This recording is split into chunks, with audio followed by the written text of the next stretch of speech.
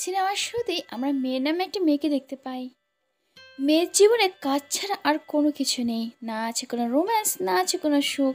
মেয়ে একটা মাসাজ পার্লারে কাজ করে। মেয়ে অনেক ভালো মাসাজ দিতে পারে, এ কারণে অনেক ক্লায়েন্টও তার কাছে আসে। মেয়ের আরেকটা বড় দায়িত্ব আছে, সেটা হচ্ছে তার নিজের মেয়ে। মেয়ে একজন সিঙ্গেল মাদার, আর তার মেয়ে তার বাবার কাছে থাকে। আর এখানে আমরা দেখি মেয়ের বাবার খুবই খারাপ অভ্যাস, সে জুয়া খেলে। আর যখনই টাকার দরকার হয় তখনই মেয়ের কাছে এসে টাকা চায়। শুধুমাত্র তাই নয়, সে যদি সিঙ্গেল মাদার আর মাসাজ পার্লারে কাজ করে, তাই আশেপাশের সব লোক তাকে খারাপ চোখে দেখে।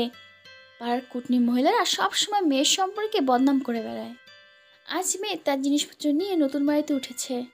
সে যখন তার জিনিসপত্র নিয়ে উঠছিল, ঠিক তখনই একটা লোকের সাথে ধাক্কা লেগে তার হাত থেকে তার মাছের জারটা পড়ে যায়। এই ছেলেটার নাম ডং। সে ভীষণ প্লে বয়, মানে একদিন একটা গার্লফ্রেন্ড তো অন্যদিন আরেকটা গার্লফ্রেন্ড। মেয়ের জিনিসপত্র ড্রয়িংয়ে ফেলেছে, এখানে ড্রয়িংয়ে তার জিনিসপত্র নিয়ে তার রুমে দিয়ে আসে। আর এই কারণে মেয়ে তাকে ধন্যবাদও দেয়। এদিকে রুমে যাওয়ার সাথে সাথেই সেই বাড়ির মালিক তার কাছে ভাড়া চায়। মেয়েও তাকে ভাড়া দিয়ে দেয়। বাড়ির মালিক তো ভীষণ খুশি। সে বাইরে গিয়েই পাড়ার সব মহিলাকে বলে, এই মেয়ের সাথে সাথে ভাড়া দিয়ে দিল, মনে হচ্ছে এর ভালোই টাকা পয়সা আছে। এই কথা শুনে পাড়ার মহিলারা বলে, এই মেয়ে দেখতে সুন্দর, নিশ্চিত এ কারোর সুগার বেবি হবে। আর এখানে বুঝতে পারি এই আন্টিগুলোর কাজই লোকের নামে বদনাম বের করা। এদিকে ডুয়াংকে দেখি, ডুয়াং মেয়ের সামনের ফ্ল্যাটেই থাকে। আজ ডুয়াংয়ের সাথে তার একটা নতুন গার্লফ্রেন্ড দেখা করতে এসেছে। গার্লফ্রেন্ডের সাথে রুমে ঢোকা মাত্রই কর্মকাণ্ড হয়ে যায়। ওইসব কর্ম করার পরে ডুয়াং তো অ্যাটিটিউড নিয়ে তার গার্লফ্রেন্ডকে বিদায় জানায়। ঠিক তখনই ডুয়াংয়ের নজর পড়ে মেয়ের দিকে। মেয়ে তার ফোনে ব্যস্ত ছিল। তার তো মেয়ের ব্যাপারে খুব জানতে ইচ্ছা হয়, সে তার নাম জিজ্ঞাসা করে। কিন্তু মেয়ে তাকে একটা স্মাইল দিয়ে গুড নাইট বলে চলে যাচ্ছিল। ঠিক তখনই ডুয়াংয়ের প্যান্টটা একটা জায়গায় আটকে যায়, আর সে যায় লেংটু হয়ে। আরে আরে, কি হয়ে গেল ডুয়াংয়ের সাথে? সে তো চেয়েছিল একটু অ্যাটিটিউড নিয়ে মেয়ের সাথে কথা বলবে, কিন্তু তার অ্যাটিটিউড পুরো হয়ে গেল।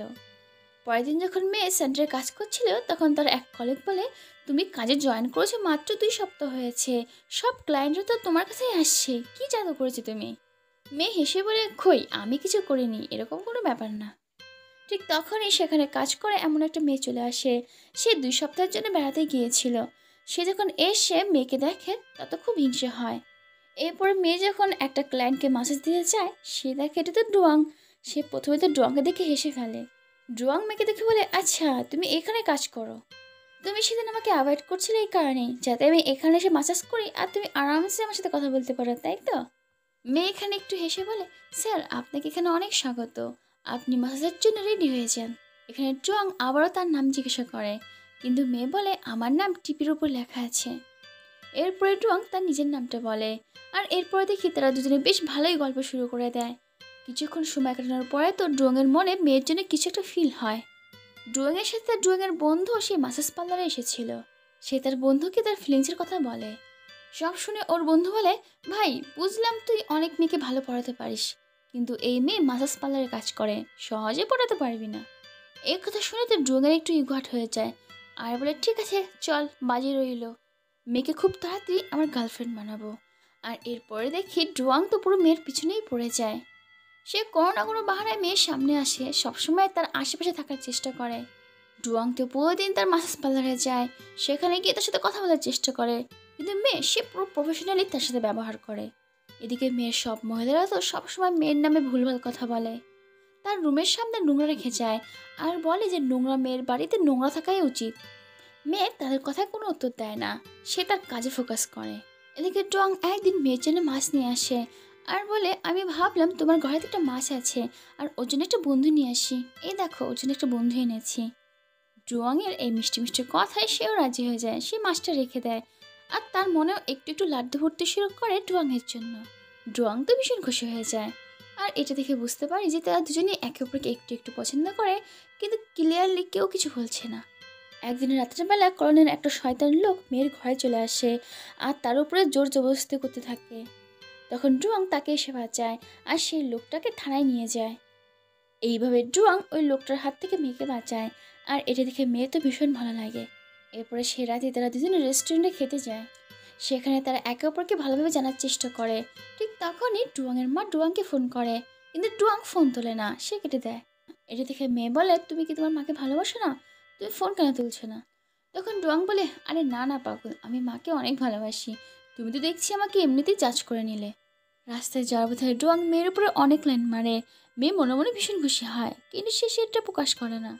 মেয়ে যখন তার বাড়িতে যায়, সে দেখে তার মেয়ে মিন এসেছে। আসলে মিন তার মাকে অনেকবার ফোন করেছে, না তোলাতে মিন তার দাদুকে নিয়ে এখানে চলে এসেছে। আজ মিন এসেছে, এটা দেখে একটু মেয়ে সারপ্রাইজ হয়েছিল। সে ডুয়াংকে বলে, এই হচ্ছে আমার মেয়ে, আর আমার মেয়েকে আমি অনেক ভালোবাসি। মেয়ের যে মেয়ে আছে এটা দেখে ডুয়াং একটু অবাক হয়ে যায়। ডুয়াং এখানে কিছু বলে না, সে শুধু তার বাড়িতে চলে যায়। এদিকে মেয়ের বাবা আবারও জুয়াতে টাকা হেরে গেছে, সে আবারও টাকা চাইছে মেয়ের কাছে। এখানে মেয়ে তো ভীষণ রেগে যায়, সে টাকা দিয়ে তার বাবাকে বলে, এটাই শেষবার, এরপরে জুয়া খেলার জন্য আমি আর একটা টাকাও দেবো না। যাওয়ার আগে মিন তার মাকে বলে, মা তুমি এইভাবে একা কতদিন থাকবে, তুমি এবার নতুনভাবে জীবন শুরু করো। মিনের এই কথায় মেয়ে একটু ভাবতে শুরু করে। একদিন দুয়ার মেয়েকে বলে, তুমি কি জানো আমি অনেক বড় লোক, আর সব মেয়েরা তো টাকা দেখে আমার পেছনে আসে, কিন্তু তুমি সবার থেকে আলাদা, আর এই কারণে আমি তোমাকে অনেক পছন্দ করি। এখানে মেয়েও তাকে বলে যে আমিও তোমাকে অনেক পছন্দ করি। তারা একে অপরের দিকে অনেক ভালোবাসার চোখে তাকায়, আর তারপরে একটা কিস, আর এরপরে অনেক কর্মকাণ্ড করানো। সকালে দুজনে একসাথে ব্রেকফাস্ট করে। এখানে জং মেয়েকে বলে, আজ আমার গ্র্যান্ডমার জন্মদিন, একটা পার্টি হবে, আর সেখানে আজ তোমাকে আমার মায়ের সাথে দেখা করাবো। আর এই কথা শুনে তো মেয়ে ভীষণ খুশি হয়ে যায়। রাতের বেলায় ডুয়াং মেয়েকে জন্মদিনে পার্টি নিয়ে যায়। সেখানে গিয়ে তার মাকে বলে, মা এ হচ্ছে আমার গার্লফ্রেন্ড মেয়ে। কিন্তু ডুয়াংয়ের মা যখন জানতে পারে মেয়ে কী কাজ করে আর তার বয়স কত, তখন সে ব্যাপারগুলো নিয়ে তো মজাই করতে শুরু করে দেয়। মেয়ে বুঝতে পারে যে তার কাজ নিয়ে সবাই মজা করছে, তাই সে সেখান থেকে বেরিয়ে আসে। এদিকে ডুয়াং তাকে ফোন করে, কিন্তু সে তার ফোন তোলে না। ডুয়াংয়ের তো খুব টেনশন হয়ে যায়, সে মেয়ের বাড়িতে চলে আসে। এখানে মেয়ে ডুয়াংকে বলে, তুমি আর আমি আলাদা জগতের মানুষ, আমাদের একসাথে থাকা ঠিক হবে না, তাই আজকে থেকে তুমি আমার কাছে আসবে না। আর এটা বলে সে ডুয়াংয়ের সাথে ব্রেকআপ করে নেয়। এদিকে মিন যখন এই ব্যাপারটা জানতে পারে, সেও কষ্ট পায়। সে যায় ডুয়াংয়ের কাছে। সে ডুয়াংকে রিকোয়েস্ট করে, আমি চাই আমার মা নতুন করে জীবন শুরু করুক, তার জন্য আপনি হাল ছাড়বেন না, আপনি একটু চেষ্টা করুন। মিনের কথায় ডুয়াং একটু সাহস পায়। অন্যদিকে মেয়ে সে তার কাজটা ছেড়ে দেয়। সে আজ একা চুপচাপ বসে আছে, তার জন্য সব শেষ হয়ে গেল। ঠিক তখনই সেখানে ডুয়াং আসে, আর সামনে একটা গিফট রেখে বলে, আমি নিজের টাকা দিয়ে এটা কিনেছি, প্লিজ এটা নাও। নিজের হাতে সেটা মেয়েকে পরিয়ে দেয়, আর সামনে একটা আংটি রাখে, আর বলে, আমি তোমাকে অনেক ভালোবাসি, সত্যি সত্যি অনেক ভালোবাসি। এটা শুনে তো মেয়ের চোখে পুরো জল চলে আসে। সে ডুয়াংকে জড়িয়ে দেওয়া বলে, প্লিজ আজকের পর থেকে আমাকে ছেড়ে কোথাও যেও না। এখানে তারা দুজনে ভীষণ খুশি, তারা দুজনে লং ড্রাইভে যায়। তারা খুব মজা করে, আর এরপরে ডুয়াং নিয়ে যায় তার মায়ের কাছে। ডুয়াং ভাবে এবার হয়তো বা সব ঠিকঠাক হয়ে যাবে, কিন্তু সেখানে গিয়ে দেখে মিনি সেখানে আগেই আছে, আর এটা দেখে তো মেয়ে ভীষণ অবাক হয়ে যায়। এখানে ডুয়াংয়ের মা মেয়ের কাছে সরি চায়, আর বলে, আমার না ওইরকম বলা ঠিক হয়নি, তুমি সত্যি অনেক ভালো একটা মেয়ে। এটা শুনে তো মেয়ে ভীষণ খুশি, তার তো চোখে জলই চলে আসে, সে তাকে ধন্যবাদ দেয়। আর এটা দেখে ডুয়াংও ভীষণ খুশি হয়ে যায়। ঠিক তখনই ডুয়াংয়ের মা একটা অদ্ভুত কথা বলে। সে মেয়েকে বলে, তুমি যেমন তোমার মেয়েকে অনেক ভালোবাসো, আমি আমার ছেলেকে অনেক ভালোবাসি, তুমি আমার ছেলের সাথে ব্রেকআপ করে নাও। তোমার মেয়েকে আমি সারা জীবন ভালোবাসবো, আর তার পড়ালেখার সব খরচ আমি উঠাবো। আর ডুয়াংয়ের মায়ের এই কথা শুনে তো সবার মাথায় পুরো আকাশ ভেঙে পড়ে। ঠিক তখনই মেয়ের বাবা সেখানে চলে আসে। এখানে মেয়ের বাবা বলতে থাকে, মেয়ে তোমার কাছ থেকে অনেক বড় সত্য কথা লুকিয়েছি। তোমার যখন অল্প বয়স ছিল তখন আমার খুব টাকার দরকার ছিল, আর এই কারণে তোমাকে দুইবার ড্রাগ দিয়ে বিক্রি করেছিলাম, আর সেই সময় তোমার মেয়ের জন্ম হয়। এই কথা শুনে তো মেয়ে পুরো ভেঙে পড়ে। সে তার বাবাকে বলতে থাকে, তুমি নিজের মেয়ের সাথে এটা কী করে করলে? তার তো তার বাবার উপর থেকে পুরো বিশ্বাসই উঠে যায়, সে পাগলের মতো করতে থাকে। তখন ডং মেয়েকে সামলায়, আর সবাইকে বলে, মেয়ের পাস্ট কী ছিল সেটা দিয়ে আমি কি করব, ওকে আমি ভালোবাসি, তাই যাই হয়ে যাক না কেন ওকে আমি বিয়ে করব। ডুয়াংয়ের এই কথা শোনার পর মেয়ে একটু শান্ত হয়। ঠিক তখনই সেখানে ডুয়াংয়ের সেই বন্ধু চলে আসে, যার সাথে বাজি লেগেছিল। সেই বন্ধু ডুয়াংকে বলতে থাকে, ভাই এটা তুই কী করছিস? তুই তোকে ভালোবাসিস না, শুধুমাত্র এক রাত কাটাবি বলে বেদ ধরেছিলি, তুই এই মেয়ের জন্য তোর মাকে কষ্ট দিচ্ছিস? এই কথা শুনে তো মিন খুব রেগে যায়। সে ডুয়াংকে আসল সত্যি কথা বলতে বলে। ডুয়াং পুরো ব্যাপারটা বল দিয়ে যাবে, ঠিক তখনই তার মা অজ্ঞান হয়ে যায়। তাই সে তার কিছু বলতে পারে না। সে তার মাকে নিয়ে হসপিটালে আসে। সব কিছু যখন মেয়ে দেখে, তখন সে সিদ্ধান্ত নেয় সে ডুয়াংকে বিয়ে করবে না। সে ডুয়াংয়ের মাকে আর কষ্ট দিতে চায় না। হসপিটালের সামনে একটা নদী ছিল, সেখানটায় মেয়ে ডুয়াংকে বলে, আমাদেরকে ব্রেকআপ করে নেওয়া উচিত। এটাই সবার জন্য ভালো হবে। তবে হ্যাঁ, আমাদের ভালোবাসা সারা জীবন থেকে যাবে। এই কথা শুনে তো ডুয়াং পুরো কান্নায় ভেঙে পড়ে। সে কোনো মতে রাজি হতে চায় না। তখন মেয়ে তাকে বোঝায়, দেখো তুমি তোমার মায়ের পছন্দের মেয়েকে বিয়ে করো আর তাকে সুখে রেখো। মেয়ে তার মনের কষ্ট মনেই লুকিয়ে রাখে। আর সে একটা চিঠিতে তার সিদ্ধান্ত জানিয়ে সেখান থেকে অনেক দূরে চলে যায়। সে চিঠিতে লেখা ছিল, আমাকে এত ভালোবাসার জন্য তোমাকে অনেক ধন্যবাদ। আমি তোমার ভালোবাসা পেয়ে ভীষণ খুশি। এখন তুমি একটা বিয়ে করো আর তোমার মাকে হ্যাপি রেখো। এরপরে দেশে চলে যায় 4 বছর পরে। মেয়ে এখন অনেক বড় বিজনেস ওম্যান। একদিন ডুয়াং তার পুরো পরিবার নিয়ে মেয়ের হোটেলে থাকতে আসে। সবাইকে হাসি মুখে মেয়ে স্বাগত জানায়।